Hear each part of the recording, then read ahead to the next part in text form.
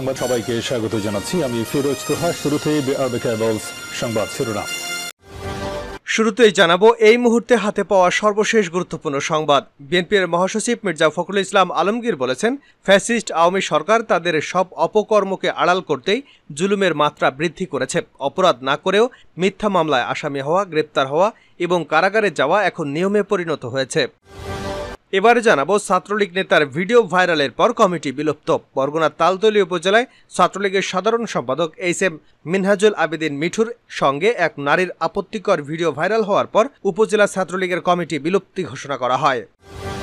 জানাবো কলকাতা থেকে ছেড়ে আসা শ্যামলী পরিবহনের ঢাকাগামী একটি বাসে যশোরে হামলা করেছে দুর্বৃত্তরা। মঙ্গলবার রাতে যশোর নড়াইল মহাসড়কের ধলদা এলাকায় এ হামলার ঘটনা ঘটে। এতে বেশ কয়েকজন যাত্রী আহত হয়েছেন। এদিকে রেকর্ড 40.6 ডিগ্রি তাপমাত্রায় পড়ছে চুয়াডাঙ্গা। এবার 40 ডিগ্রি ছাড়িয়ে গেল তাপমাত্রা। চলতি মৌসুমের সকল রেকর্ড ভেঙে 40.6 ডিগ্রি সেলসিয়াসে তীব্র তাপদাহে পড়ছে চুয়াডাঙ্গায় টানা কয়েকদিন ধরেই তাপদাহ আর ভ্যাপসা গরমে হাঁসফাঁস জনজীবন।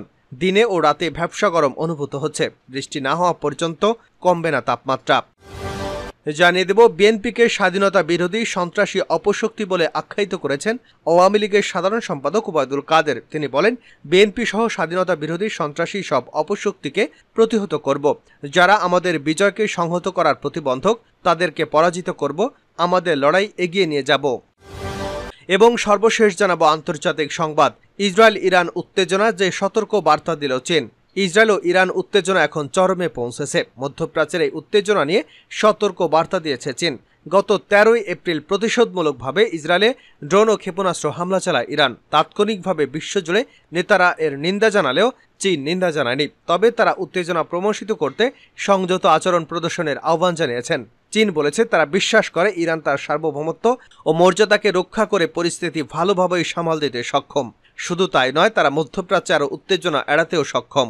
এতক্ষণ শিরোনাম শুনছিলেন, এবার বিস্তারিত। প্রিয় দর্শক, আপনি যদি এই চ্যানেলে নতুন হয়ে থাকেন, ভিডিওটি দেখতে দেখতে চ্যানেলটি সাবস্ক্রাইব করে আমাদের সঙ্গেই থাকুন। আর এই ভিডিও সম্পর্কে আপনি আপনার মূল্যবান মতামতটি কমেন্ট বক্সে জানিয়ে দিন। আর হ্যাঁ প্রিয় দর্শক, জানিয়ে দিন ভিডিওটি কোথা থেকে দেখছেন। সরকার জুলুমের মাত্রা বৃদ্ধি করেছে মির্জা ফখরুল। বিএনপির মহাসচিব মির্জা ফখরুল ইসলাম আলমগীর বলেছেন, ফ্যাসিস্ট আওয়ামী সরকার তাদের সব অপকর্মকে আড়াল করতে জুলুমের মাত্রা বৃদ্ধি করেছে। অপরাধ না করেও মিথ্যা মামলায় আসামি হওয়া, গ্রেপ্তার হওয়া ও কারাগারে যাওয়া এখন নিয়মে পরিণত হয়েছে। এক বিবৃতিতে ফখরুল ইসলাম আলমগীর এমন মন্তব্য করেছেন। তিনি বলেন, 7 জানুয়ারি ডামি সরকার নব্য বাকশালী শাসন প্রতিষ্ঠার মাধ্যমে দেশের অবৈধ ক্ষমতাকে পাকাপোক্ত করতে দেশব্যাপী বিএনপি সহ বিরোধী দলের নেতাকর্মীদের উপর অবর্ণনীয় জুলুম অত্যাচার অব্যাহত রেখেছে।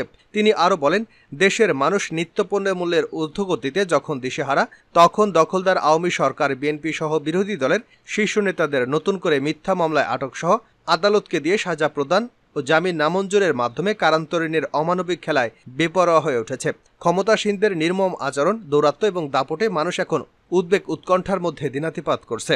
ফখরুল ইসলাম বলেন, আইনের শাসনহীন এদেশে নিরপরাধ মানুষেরাই সরকারের নিপীড়নের শিকার হচ্ছেন। 7 জানুয়ারি ডামি নির্বাচনের পর কর্তৃত্ববাদী আওয়ামী সরকার তাদের দুঃশাসন চালাতে আরও বেশি ভয়ঙ্কর হয়ে উঠেছে।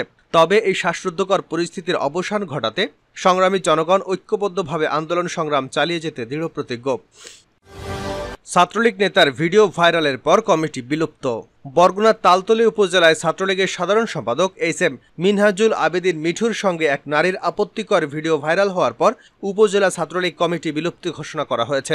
মঙ্গলবার রাত 10:30টার দিকে বরগুনা জেলা ছাত্রলীগের সভাপতি রেজাউল কবির রেজা ও সাধারণ সম্পাদক তৌশিকুর রহমান ইমরান স্বাক্ষরিত এক বিজ্ঞপ্তিতে কমিটি বিলুপ্ত ঘোষণা করা হয়। তবে বিজ্ঞপ্তিতে নারীর সঙ্গে আপত্তিকর ভিডিওর বিষয়টি উল্লেখ করা হয়নি। এতে বলা হয়েছে, বাংলাদেশ ছাত্রলীগ বরগুনা শাখার এক জরুরি সিদ্ধান্ত মোতাবেক সংগঠনকে গতিশীল করার লক্ষ্যে তালতলী উপজেলায় ছাত্রলীগের কমিটি মেয়াদ উত্তীর্ণ হয় বিলুপ্ত ঘোষণা করা হলো।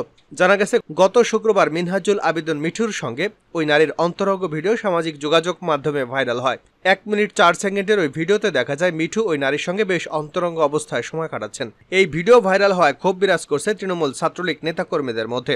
এতে ব্যাপক সমালোচনা সৃষ্টি হয় গোটা উপজেলায়। অপরদিকে ওই নারীর বিরুদ্ধে তালতলী উপজেলায় নিশানবাড়িয়া ইউনিয়ন পরিষদ চেয়ারম্যান ও ডক্টর কামরুজ্জামান বাচ্চু মিয়া তালতলী থানায় 12 এপ্রিল পর্নোগ্রাফি আইনে মামলা দায়ের করেছে। এ মামলায় ওই নারী বর্তমানে জেল হাজতে রয়েছে। ভিডিও ভাইরাল হওয়া ওই ছাত্রলীগ নেতা এ মামলার 2 নম্বর আসামি। বরগুনা জেলা ছাত্রলীগ সভাপতি রেজাউল কবির রেজা বলেন, সংগঠনকে গতিশীল করতে মেয়াদ উত্তীর্ণ তালতলী উপজেলা ছাত্রলীগের কমিটি বিলুপ্ত ঘোষণা করা হয়। দ্রুত গঠনতন্ত্র অনুযায়ী উপজেলা ছাত্রলীগের কমিটি গঠন করা হবে। কলকাতা থেকে ছেড়ে আসা যাত্রীবাহী বাসে যশোরে হামলা। কলকাতা থেকে ছেড়ে আসা শ্যামলী পরিবহনের ঢাকাগামী একটি বাসে যশোরে হামলা করেছে দুর্বৃত্তরা। মঙ্গলবার রাতে যশোর নড়াইল মহাসড়কের ধলগা এলাকায় এ হামলার ঘটনা ঘটে। এতে কয়েকজন যাত্রী আহত হয়েছেন। প্রত্যক্ষদর্শী জানায়, শ্যামলী পরিবহনের ঢাকা কলকাতা রুটের একটি বাস কলকাতা থেকে ঢাকায় ফিরছিল। এ সময় যশোর নড়াইল মহাসড়কের ধলদা এলাকায় দুর্বৃত্তরা ইট মেরে গাড়ির গ্লাস ভেঙে ফেলে। এ সময় গাড়ির ভাঙা কাচের আঘাতে কয়েকজন যাত্রী আহত হয়েছেন। আহত ব্যক্তির নাম DN চ্যাটার্জি। তিনি অ্যাসোসিয়েট বিল্ডার্স কর্পোরেশন লিমিটেড কোম্পানির প্রধান নির্বাহী কর্মকর্তা ও ঢাকেশ্বরী মন্দির ব্যবস্থাপনা কমিটির সেক্রেটারি। ঘটনার বর্ণনা দিয়ে তিনি বলেন, বিআরটিসি শ্যামলী এনার ট্রাভেলসের গাড়িটি দুপুর 1টার দিকে কলকাতা থেকে বাংলাদেশের উদ্দেশ্যে ছেড়ে আসে। রাত 8:30টার দিকে যশোর সদর থেকে 10 থেকে 12 কিলোমিটার সামনে তুলারামপুর বাজারে এলে বাস লক্ষ্য করে একটি বড় পাথর ছুঁড়ে মারা হয়। আমি তখন ঘুমের মধ্যে ছিলাম। এ অবস্থায় বাসে যাত্রীদের মধ্যে আতঙ্ক দেখা দেয়। চালক 3 থেকে 4 কিলোমিটার সামনে গিয়ে বাসটি থামান। এরপর স্থানীয় ফার্মেসিতে গিয়ে আমরা চিকিৎসা নেই। আমার মাথার ডান দিকে কিছু অংশ ফেটে যায়। আমার ধারণা ডাকাতি কিংবা সাম্প্রদায়িক দৃষ্টিকোণ থেকে এই হামলা হতে পারে। আন্তঃদেশীয় একটি পরিবহনে এরকম হামলার ঘটনা পুরোপুরি অপ্রত্যাশিত। গাড়িতে কোনো পুলিশ ছিল না, প্রাথমিক চিকিৎসারও কোনো ব্যবস্থা ছিল না। তিনি আরও জানান, বাসটির সুপারভাইজার তাকে জানিয়েছেন এই রোডে মাঝে মধ্যে এরকম ঘটনা ঘটিয়ে ডাকাতি হয়। ঘটনাটি যশোর ও নড়াইলের পুলিশ সুপার এবং খুলনা রেঞ্জের ডিআইজিকে জানানো হয়েছে। বিষয়টি শ্যামলী পরিবহনের ব্যবস্থাপনা পরিচালক রমেশ চন্দ্র ঘোষকে জানানো হয়। এ বিষয়ে যশোরের অতিরিক্ত পুলিশ সুপার বেলাল হুসাইন জানান, গাড়ির বাইরে থেকে ইট ছোড়ার ঘটনা ঘটেছে। এটি নাশকতা কিনা তা এখনও নিশ্চিত নয়। বিষয়টি খতিয়ে দেখা হচ্ছে। রেকর্ড 40.6 ডিগ্রি তাপমাত্রায় পড়ছে চুয়াডাঙ্গা। এবার 40 ডিগ্রি ছাড়িয়ে গেল তাপমাত্রা। চলতি মৌসুমের সকল রেকর্ড ভেঙে 40.6 ডিগ্রি সেলসিয়াস তীব্র তাপদাহে পড়ছে চুয়াডাঙ্গা। চুয়াডাঙ্গায় টানা কয়েকদিন ধরেই তাপদাহ আর ভ্যাপসা গরমে হাঁসফাঁস জনজীবন। দিনে ও রাতের ভ্যাপসা গরম অনুভূত হচ্ছে। বৃষ্টি না হওয়া পর্যন্ত কমবে না তাপমাত্রা। মঙ্গলবার বেলা 3টায় চুয়াডাঙ্গা সর্বোচ্চ তাপমাত্রা রেকর্ড করা হয়েছে 40.6 ডিগ্রি সেলসিয়াস। বাতাসের আর্দ্রতা 27%। বাংলা মাসের 3রা বৈশাখ হলেও জেলায় এখন পর্যন্ত বৃষ্টি দেখা নেই। চুয়াডাঙ্গার তাপমাত্রা বেশ কয়েকদিন ধরেই 38 থেকে 40 ডিগ্রির মাঝামাঝি অবস্থান করলেও মঙ্গলবার জেলায় চলতি মৌসুমে সকল রেকর্ড ভেঙে তাপমাত্রার পারদ 40 ডিগ্রি পেরিয়ে 40.6 ডিগ্রিতে পৌঁছেছে। একদিকে তাপদাহ, অন্যদিকে পাল্লা দিয়ে বাড়ছে বিদ্যুৎ ও লোডশেডিং। এর ফলে জনজীবন আরও বিপর্যস্ত হয়ে পড়েছে। বেশি সমস্যায় পড়েছে খেটে খাওয়া মানুষ। চুয়াডাঙ্গার প্রথম শ্রেণীর আবহাওয়াবিদ পর্যবেক্ষকারে কর্মকর্তা জানিয়েছেন, গত কয়েকদিন ধরে চুয়াডাঙ্গার উপর দিয়ে মাঝারি তাপপ্রবাহ বয়ে যাচ্ছিল। চলতি মৌসুমে সকল রেকর্ড ভেঙে আজ তাপমাত্রার পারদ উঠেছে 40.6 ডিগ্রি সেলসিয়াসে। এর আগে সোমবার তাপমাত্রা ছিল 38.6 ডিগ্রি সেলসিয়াস। জানাবো আন্তর্জাতিক সংবাদ। ইসরায়েল ইরান উত্তেজনা, যে সতর্কবার্তা দিল চীন।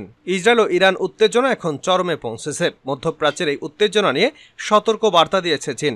গত 13 এপ্রিল প্রতিশোধমূলকভাবে ইসরায়েলে ড্রোন ও ক্ষেপণাস্ত্র হামলা চালায় ইরান। তাৎক্ষণিকভাবে বিশ্বজুড়ে নেতারা এর নিন্দা জানালেও চীন নিন্দা জানায়নি। তবে তারা উত্তেজনা প্রবর্তিত করতে এবং সংযত আচরণ প্রদর্শনের আহ্বান জানিয়েছে। চীন বলেছে তারা বিশ্বাস করে ইরান তার সার্বভৌমত্ব এবং মর্যাদাকে রক্ষা করে পরিস্থিতি ভালোভাবেই সামাল দিতে সক্ষম।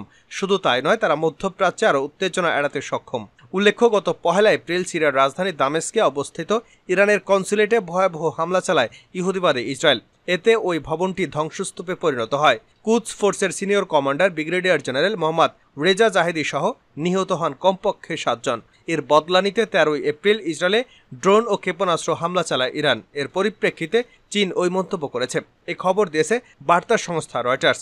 চীনের পক্ষ থেকে ওয়াং ই সোমবার ইরানের পররাষ্ট্রমন্ত্রী হোসেন আমির আবদুল্লাহিয়ানের সঙ্গে ফোনে কথা বলেছেন। মঙ্গলবার ফোন আলাপে ইরানের অবস্থান সম্পর্কে ওয়াংকে জানান আবদুল্লাহিয়ান। খবর সিনহুয়ার। ওয়াং বলেন, আঞ্চলিক ও প্রতিবেশী দেশগুলোকে লক্ষ্যবস্তু না করার বিষয়ে ইরানের জোরালো অবস্থানের প্রশংসা করেছে চীন। ইসরায়েলের বিরুদ্ধে নেওয়া পদক্ষেপকে সীমিত বলে ওয়াংকে জানিয়ে দিয়েছে ইরান। একই সঙ্গে বলেছে আত্মরক্ষার জন্য এ হামলা করেছে ইরান। তিনি বলেন, ইরানের দূতাবাসে হামলার তীব্র নিন্দা জানায় চীন। এছাড়া দৃঢ়ভাবে এ ধরনের কর্মকাণ্ডে বিরোধিতা করে। তারা এই ঘটনাকে অগ্রহণযোগ্য মনে করে। ওয়াংকে আবদুল্লাহিয়ান বলেন, ইরান আঞ্চলিক উত্তেজনা সম্পর্কে অবগত। তেহরান সংযম চর্চায় আগ্রহী। আরও উত্তেজনা বাড়ানোর কোনো ইচ্ছাই নেই ইরানের।